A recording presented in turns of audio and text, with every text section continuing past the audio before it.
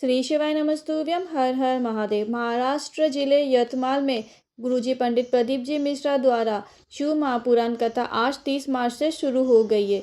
ये कथा 7 दिवसीय शिव महापुराण कथा है जो 30 मार्च से लेकर 5 अप्रैल 2026 तक चलेगी।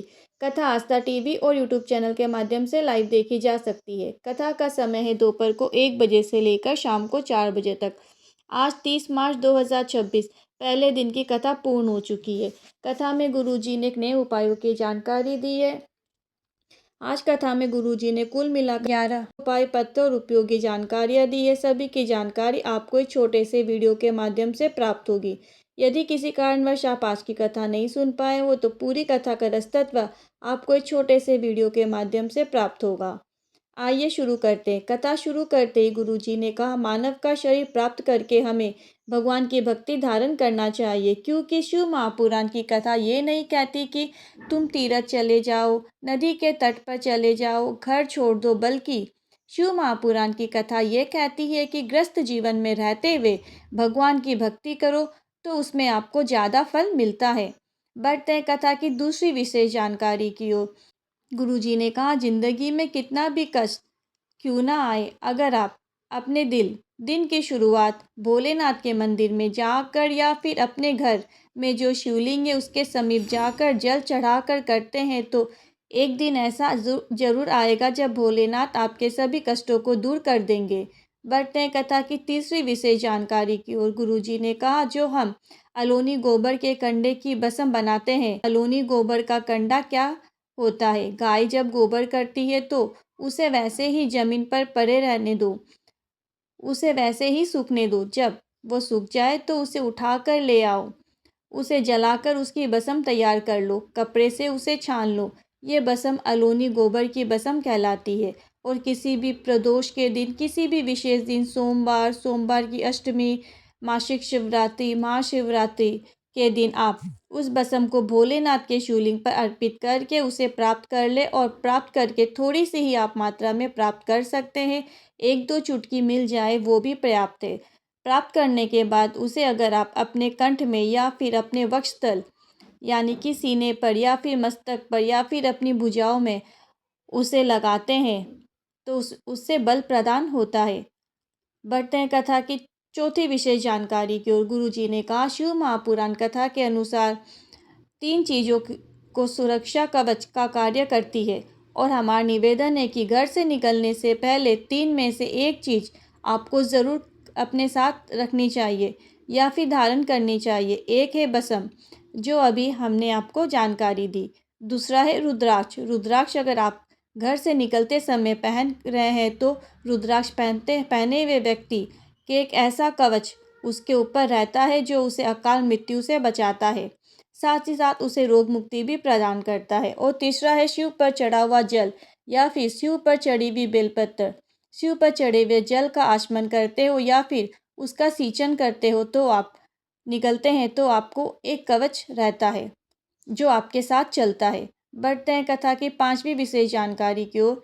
गुरुजी ने कहा, कई माताएं कहती है जब हम रजोधर्म में हो जाते हैं तो क्या हम भगवान का नाम ले सकते हैं? इस पर गुरुजी ने कहा, क्यों नहीं, ज़रूर करो। कितनी भी कैसी भी अवस्था हो आप भगवान का नाम जाप कर सकते हो, मना नहीं है। बढ़ते हैं कथा की 6ठी विशेष जानकारी की ओर। गुरुजी ने कहा, अगर आपको लग रहा है कि मेरे से जो पूजन हो रही है उसमें कुछ गलती हो जाएगी या फिर कुछ गलती हो गई है, भगवान मेरी पूजन स्वीकार नहीं करेंगे, तो एक बात याद रखना, ऐसा आपके मन में विचार आ रहा है तो भगवान आपकी इस पूजा को स्वीकार नहीं करेंगे। बल्कि कोई गलती होने पर भी आप ये सोचो कि भगवान मेरे पिता स्वरूप है, मेरे पिता है, मेरी गलतियों को माफ़ करते हुए मेरी पूजन को ज़रूर स्वीकार करेंगे। ऐसा अगर आपका विश्वास है तो भोलेनाथ बाबा भरोसा होता है तो भगवान भी आपकी पूजन स्वीकार करते हैं। बढ़ते हैं कथा की 7वीं विशेष जानकारी की ओर। नंदा जी पत्र लेकर आए। रुद्राक्ष भस्म बेलपत्र वो कवच है जो मानव की देह को संभाल कर रखते हैं। मुझे सुरक्षा कवच के रूप में ये प्राप्त हुआ है। मुझे हार्ट की प्रॉब्लम थी, फिर भी मैं कथा पंडाल में बैठकर कथा सुनने जाया करती थी। एक दिन मेरा बीपी चेक किया गया तो पता चला कि मेरा बीपी बढ़ा हुआ है। डॉक्टर को दिखाया तो डॉक्टर ने बताया कि 24 ब्लॉकेज है, 24 ब्लॉकेज है, आप कैसे जीवित है? ये सोचने लायक बात है। तो मैंने कहा शिव के रुद्राक्ष का जल है, आचमन करती हूँ। तो डॉक्टर ने कहा आपको शिव जी ने ही संभाला हुआ है। बढ़ते हैं कथा की 8वीं विशेष जानकारी की ओर। दिलीप जी पत्र लेकर आए। मैं बहुत गरीब घर से हूँ।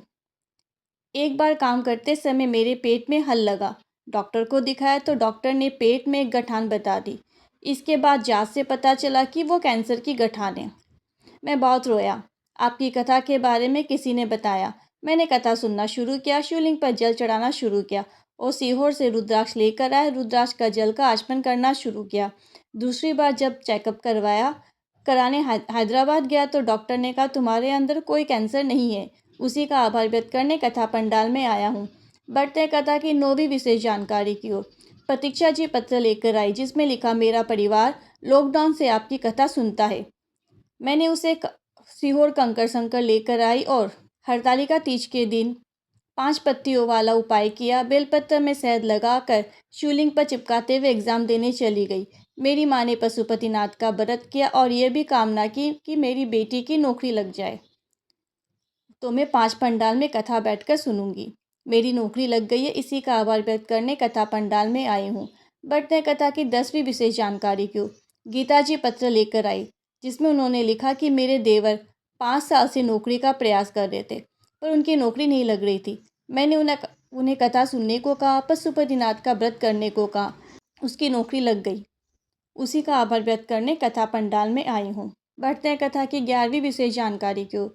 गुरुजी की आगामी शिव महापुराण कथाएं 8 अप्रैल से लेकर 14 अप्रैल तक भीलवाड़ा राजस्थान की पावन धरा पर होने जा रही है। इसके बाद अगली शिव महापुराण कथा 17 अप्रैल से 23 अप्रैल तक दिल्ली में शिव महापुराण कथा होगी। इस वीडियो में बताई गई जानकारी से संबंधित यदि आपके मन में कोई क्वेश्चन है, कोई क्वेरी है तो आप कमेंट में टाइप कर पूछ सकते हैं। मेरे द्वारा दी गई जानकारी आपको जरा भी हेल्पफुल लगी हो तो कमेंट में हर हर महादेव ज़रूर लिखें। मिलते हैं अगली वीडियो में। श्री शिवाय नमस्तुभ्यम। हर हर महादेव।